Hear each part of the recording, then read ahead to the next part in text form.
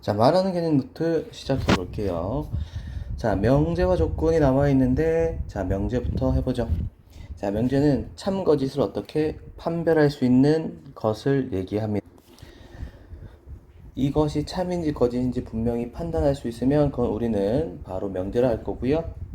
구조는 문장과 시계 구조로 이루어져 있습니다. 자, 예를 들어서 2 플러스 3은 5다 라고 나와 있으면 이것은 참인 명제라고 부를 겁니다. 자, 만약에 2 플러스 3이 4라고 나와 있으면 얘는 누가 봐도 거짓인지 확인할 수 있겠죠? 거짓 명제라고 하겠습니다. 그 다음에 또 어떤 예가 있을까요? 4는 2의 약수이다. 이런 것들은 2의 약수에는 1하고 2가 있으니까요. 4는 2의 약수가 아니라는 걸 확인할 수 있죠. 누가 봐도 아니라고 확인할 수 있는 얘는 거짓 명제입니다. 그래서 처음에 명제를 배운 친구들이 오해하는 게, 아, 선생님, 이거는 말이 안 되잖아요. 명제가 아니에요. 자, 말이 안 된다고 명제가 아니다 라고 얘기하시면 안 되고, 얘가 확실하게 100명이면 100명 모두 다 이건 틀렸어. 거짓말이야 라고 얘기할 수 있으면 거짓. 100명이면 100명, 1000명이면 1000명 모두 이거는 참말이야 라고 얘기할 수 있으면 얘는 참 이렇게 라고 그냥 생각하면 되겠죠. 그래서 우리는 누구나 참이다, 누구나 거짓이다 라고 얘기할 수 있는 그런 문제들을 우리가 명제라고 할 겁니다. 그래서 이런 것들은 안 되죠. 그래서 뭐 이런 거. 자, 부산과 김해는 가깝다. 이런 표현 같은 경우에 부산하고 김해가 뭐 부산서 서울 가는 것보다는 훨씬 더 가까울 수 있겠죠. 하지만 걸어서 만약에 김해에서 부산까지 간다고 생각해 본다면 와우, 엄청 멀겠죠. 그래서 이 가깝다라는 건 어떤 사람한테는 가깝지, 또 어떤 사람한테는 아니야, 엄청 멀어 라고 할 수 있겠죠. 이런 것들은 명제 자체가 아닙니다. 참과 거짓이 분명하게 밝혀지지 않기 때문에 얘는 명제가 아니에요. 됐죠? 자, 명제의 부정. 여기서 우리 좀 재밌는 게 뭐냐면요. 자, 예를 들어서 참인 명제 2 더하기 5는 7이다 라는 이 참인 명제를 우리가 부정을 한번 해볼게요. 부정. 그러면 부정하면 어떻게 될까요? 2 플러스 5는 7이 아니다 라고 나와 있을 건데 이 말은 뭐가 되죠? 거짓이 되겠죠. 아, 명제를 부정하면, 참인 명제를 부정하면 뭐가 된다? 거짓인 명제가 되는 거예요. 예를 들어서 쌤은 현빈이다 이런 말이 있으면 이 친구는 뭐가 되죠? 거짓이 되겠죠. 자, 이 친구를 부정하게 되면 당연히 이 친구는 뭐라 하겠어? 쌤은 현빈이 아니다 라고 할 거고 이것은 드디어 참말이 된 거겠죠. 그래서 명제의 부정에서 참을 부정하면 거짓이 되고 거짓이 부정하면 참이 된다는 거 기억해두면 나중에 써먹을 때가 있을 겁니다. 그래서 참인 명제 부정, 아, 거짓이겠구나. 그 다음에 거짓인 명제 부정, 아, 참이겠구나 라고 받아들일 수 있으면 더 좋겠어요. 그리고 명제 P가 있었을 때 이 P를 부정하는 것은 우리가 어떻게 이렇게 not P, 요 물결을 not이라고 읽을 거예요. not P라고 이게 표현을 할 겁니다.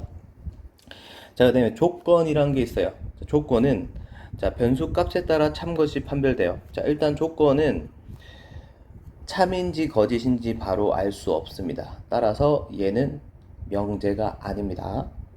하지만 이런 것들이 있죠. x가 3보다 크다, 크거나 같다, 이런 걸 생각해 볼게요. 이 친구는 조건이에요. 자, 이 조건 같은 경우에는 명제가 아니죠. 그래서 조건이라고 부를 거고요. 자, 이건 x 값에 따라 참일 때도 있고 거짓일 때도 있겠죠. 예를 들어서 뭐 x가 5다, 뭐 6이다, 이런 것들은 참인 x 값이고, 그 다음에 뭐 0이다, 마이너스 1이다, 이런 것은 거짓인 x 값이 되겠죠. 자, 그래서 이건 이 조건이라는 것은 x 값에 따라 참거짓이 달라지는 녀석, 그 친구를 우리가 조건이라 할 겁니다. 구조는 문장과 시계 구조를 가지고 있어요. 자, 근데 우리가 이 진리집합이란 걸 얘기할 건데 이제 우리 주로 조건을 다룰 거거든요. 명제는 어차피 명확하기 때문에 참이다 거짓이다 바로 그냥 얘기하면 끝인데 주로 조건으로 관련된 명제를 다룰 겁니다. 자, 그래서 자, 이 진리집합이란 게 더 중요한데 조건이 참인 x값을 원소라는 집합을 바로 만들 거예요. 이제 조건을 보면 아무 생각하지 말고 우린 뭐야? 벤 다이어그램을 그리면 되겠어요. 원소 나열법이나 벤 다이어그램을 그리면 되겠어요. 자, 예를 들어서 여기다 쌤이 조금 쓰기 좋게 조건 하나 더 x는 뭐 정수 이런 식으로 조건을 달아준다면 이제 이 조건을 보고 이 조건의 이름 줄게 P라고 할게요. P의 진리집합은 3, 4, 5, 6, 점점점 얘네들이 되겠죠. 자, 또 이런 것도 있을 수 있겠죠. X는 4의 약수다. 이런 조건도 있을 수 있겠어요. 이 조건을 내가 Q라고 부른다면 여기다 쓸게요. Q 이렇게 Q라고 조건이라고 쓴다면 이 친구의 진리집합은 라지 Q로 쓸 거고 4의 약수니까 1, 2, 4 얘네들만 참인 X값이니까 얘는 뭐야? 진리집합이라 부를 거다. 진리집합이라고 부를 것이다. 자, 그런데 말이죠. 이제 조건을 보면 이렇게 뭘로? 원소 나열법으로 풀면 됩니다. 이제 철학적으로 고민하지 마세요, 여러분들. 바로 조건이네 참인 x 값들을 바로 찾아서 나열하면 됩니다. 그런데 말이죠. 지금 나와 있는 조건들은 전부 다 원소 나열법으로 쓸 수 있는 것들이라는 거죠.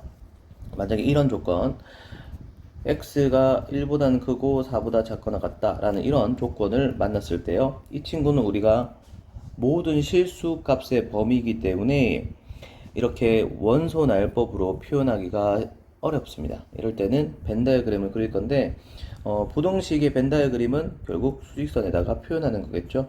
이렇게 수직선에 표현해 주시고, 그리고 수직선 표현할 때 쌤이 계속 강조했던 건 여기 비어 있고 색이 가득 차 있고 흰 콩 검은 콩 얘를 분명하게 표현하는 게 중요하다 그랬죠.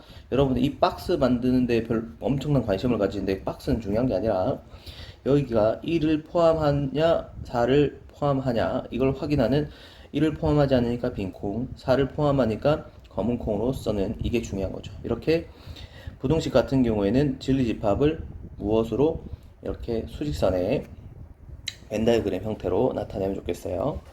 자, 만약 이런 거 해볼까요? Q 같은 경우에는 이렇게 해볼게요. 3보다 크고 5보다 작거나 같은. 그러면 이 Q라는 이 조건도 내가 진리집합을 표현해 본다면 여기 3 있고 여기 5 있고 3은 비어 있고 5는 가져가고 그리고 사이 값이니까 이렇게 우리가 쓸 수 있겠죠. 자, R을 한번 써볼게요. 스몰 Q 써야겠죠. 여기 라지 Q. 그 다음에 스몰 r 이 친구는 x가 0보다 작거나 같고 또는 x가 3보다 크거나 같다 이런 것도 한번 해볼게요. 얘 같은 경우도 우리가 수직선에 나타나는데요 0보다 작거나 같고 3보다 크거나 같다 이렇게 우리가 나타낼 수 있겠죠. 여기 요 그려낸 부분이 뭐야? 라지 r의 진리집합이 된다고 할 수 있겠어요. 그래서 이제 앞으로 조건을 보면 바로 진리집합 떠올리면 된다. 생각 많이 하지 마세요. 뭐 철학적으로 생각하지 마세요. 바로 원소 나열법 또는 이렇게 부등식 같은 경우에는 수직선 그려서 바로 해결하는 겁니다. 자, 이제 조건 명제입니다. P면 Q이다. P면 Q이다 라는 이 두 개의 조건으로 명제를 만드는 거예요. 자, 그래서 우리는 이 표현을 어떻게 할 거냐면 P이면 Q이다를 이렇게 화살표로 쓸 거예요. 몇몇 친구들은 이쁘게 쓸 거라고 화살표 2개 이렇게 쓸 때가 있는데 이건 나중에 용도가 따로 있으니까 지금은 쓰시면 안 됩니다. 한 줄만 쓰셔야 돼요. 이쁘게 쓴다고 2줄 쓰면 안 됩니다. 자, P이면 Q이다를 우리가 기호로 간단히 이렇게 나타낼 거고요. 자, P이면 Q이다 어떤 형태인지 볼게요. 지금 보면 3의 약수다라는 말 자체가 조건이죠. 이걸 조건 P라고 하겠습니다. 이면 6의 약수이다. 그래서 얘를 내가 조건 Q라고 하겠어요. 그래서 P면 Q이다를 지금 나타내고 있는 거죠. 근데 3의 약수이면 6의 약수이다. 모든 친구들이 머릿속으로 막 생각하는데 물론 그렇게 해서 가능도 하겠지만 저는 추천하지 않고요. 바로 그냥 조건을 보자마자 진리집합을 확인하는 거예요. 라지 P 쓰고 3의 약수니까 1, 3. 그 다음에 라지 Q 쓰고 6의 약수니까 1, 2, 3, 6 바로 쓰신 다음에요. 선생님 지금 여기 P라는 녀석이 Q의 지금 부분집합인 걸 확인할 수 있겠죠. 부분집합이다. 그럼 얘는 뚜루 참이다 라고 얘기할 수 있겠어요. 자, 그럼 다시 이 친구 한번 볼게요. 조건 P가 있는데요. X제곱이 얼마? 4다라는 거고요. 조건 Q가 있는데요. 얘는 X가 2다 라고 나와 있어요. 자, 그러면 P면 Q이다. 얘가 참인지 거짓인지 확인을 해 봐야겠죠. 고민하지 말고요. 자, X라는 녀석은 지금 조건제시법으로 바로 나타내 본다면 원소날법으로 바로 나타내 본다면 마이너스 2하고 2가 된다는 걸 확인할 수 있겠고, 그리고 이 친구의 원소날법은 2가 된다는 걸 확인할 수 있습니다. 자, 부분집합 맞아요? 아니요. 부분집합 아니에요. 자, 벤 다이어그램으로 확인해 보면 P라는 진리집합은 요렇게 생겨 먹었고 Q라는 진리집합은 요렇게 생겨 먹었는데 여기가 마이너스 2가 있고 여기 2가 있는 걸 확인할 수 있겠죠. 자, 보세요. 우리는 P라는 것이 Q에 뭘 원해? 부분집합인 것을 원하는데, 자, 지금 이 친구는 무엇 때문에 여기 밖에 비어있는 요 부분 마이너스 2가 있는 이 영역 때문에 P가 Q 안에 쏙 못 들어간다는 걸 확인할 수 있겠죠. 자, 이 빨간색 부분은 우린 뭐라고 부를 거냐면 바로 발레라고 부를 겁니다. 발레. 마치 자주 보던 모양 같죠? 여기 P 반달, A 반달을 붙은 P 반달 같죠? 그래서 P 차집합 Q에 해당하는 게 발레 부분. P가 Q의 부분집합이 되는 거에 방해되는 부분이 되는 거겠죠. 자, 이제 조건 명제를 풀 때 이것이 참이다, 거짓이다 판단을 할 건데, 자, 참인지 거짓인지 판단하고 싶을 때는 왜 참이다 라고 설명하기보다 이것이 거짓인 것을 찾아내는 게 더 빠를 거예요. 그럼 거짓인 걸 찾아내는 건 뭐다? 발레를 찾으면 되겠습니다. 이제는 발레를 찾으려고 노력하시고, 발레가 아무리 찾아도 없다면 참 명제였구나 라고 판단하면 되겠어요. 자, 이제 이 친구를 똑같은 녀석인데 P 여집합 Q의 P 차집합, P 교집합, Q의 여집합 이렇게 쓸 수도 있겠죠. 자, 그래서 이 자체가 모두 발레에 대한 같은 표현이고 설명이다. 기억해 주셔야 됩니다. 하나만 더 예를 들어 볼게요. 자, P라는 녀석은 X는 2의 배수라고 할게. 그 다음에 Q라는 녀석은 X는 4의 배수라고 할게. 자, 그랬을 때, P이면 Q이다가 만족하는지 만족하지 않는지, 참인지 거짓인지 판단을 해야겠죠. 자, 여기서 또 고민하지 말고요. 그냥 뭘 할 거다? 원선알법 쓸게요. 2, 4, 6, 점점점.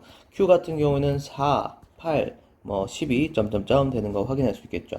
우리는 얘가 이렇게 부분집합 되는지만 확인하면 됩니다. 그런데 지금 보니까 여기 2, 그리고 6, 이런 친구들이 지금 쏙 들어갈 수 없는 바로 부분집합이 될 수 없게 되는 발레의 역할을 하는 거죠. 얘네들이 지금 발레가 되는 겁니다. 그래서 굳이 얘가 아니라는 걸 설명하고 싶다면 2는 2의 배수이지만 뭐는 아니죠? 4의 배수가 아니다. 그래서 얘는 거짓이다 라고 얘기하면 다 알아들을 수 있을 겁니다.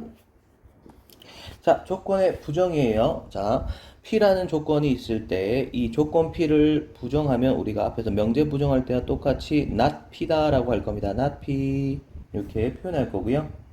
자, 이제 우리는 이 조건을 보자마자 뭘 떠올릴 거다? 진리집합을 떠올릴 거니까 이 친구는 진리집합. 자, 라지 P를 생각하면 되겠고요. 그 다음에 얘는 P가 아니다.